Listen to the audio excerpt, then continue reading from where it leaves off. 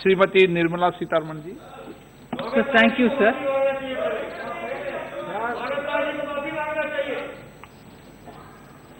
Sir, cooperative banks in this country are regulated by the RBI since 1965, and this bill actually only seeks to extend the applicability so that some of the banking regulation laws are also going to be applicable to them.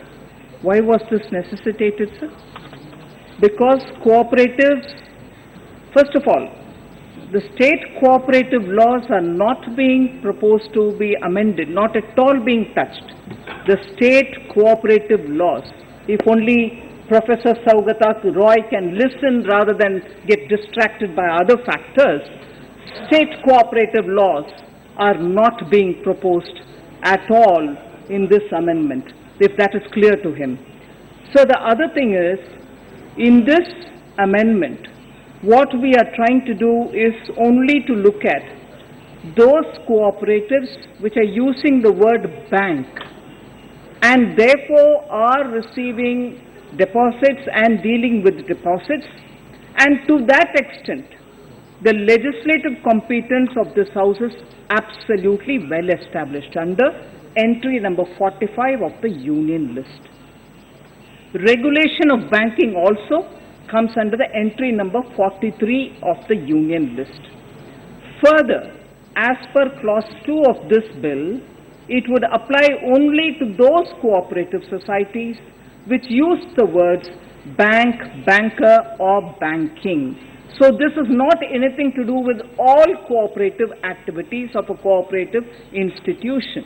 It is only restricted to those activities which come under the name of bank, banker, banking that we are trying to regulate under the entry 45 of the Union List. So the competence is very well established, and we are very clearly saying we are not looking at the states, we are state cooperative laws, that will remain wherever it is, we are not touching them.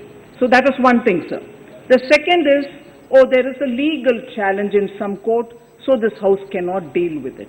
Let's first of all understand that there is no interlocutory relief which has been provided in the court, and therefore there are no other direction also given by the court in the matter against the operation of this ordinance.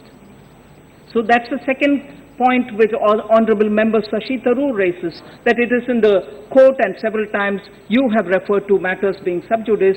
Here there is nothing at all which is stopping us from going ahead with the ordinance. So then one other point which was made was devoid of potential benefits and lacking inputs from the standing committee. A number of cooperative banks have weak financials. Without taking much of your time, sir, I would just like to highlight the number of such institutions which are in a precarious condition. I know, and I repeat, haven't we had calls from all sections of this House saying as to why the PMC bank matter doesn't get sorted out at the earliest? Why can't we do something about it? Because depositors are really suffering. So what are we trying to do? And look at the number of institutions which are cooperative and in weak financial situation. 277 urban cooperative banks reporting loss. 105 urban cooperative banks unable to meet minimum regulatory capital requirements. 47 having negative net worth, and 328 urban cooperative banks having more than 15% gross NPA ratio as of 2019 March.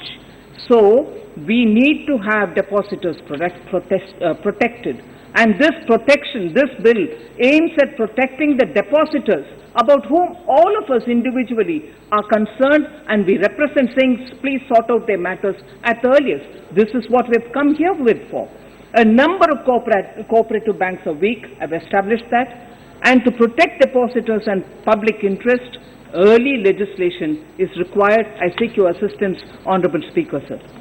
प्रश्न ये कि विधेयक को पुनर्स्थापित करने की अनुमति प्रदान की जाए। जो सदस्य इसके पक्ष में हाँ कहें, जो सदस्य विरोध में ना कहें। मेरे विचार में निर्णय हाँ वालों के पक्ष में हुआ, हाँ वालों के पक्ष में अनुमति प्रदान की जाती है। माननीय मंत्री जी, अब विधेयक पुनर्स्थापित करें। Honorable Speaker, sir, I introduce the bill.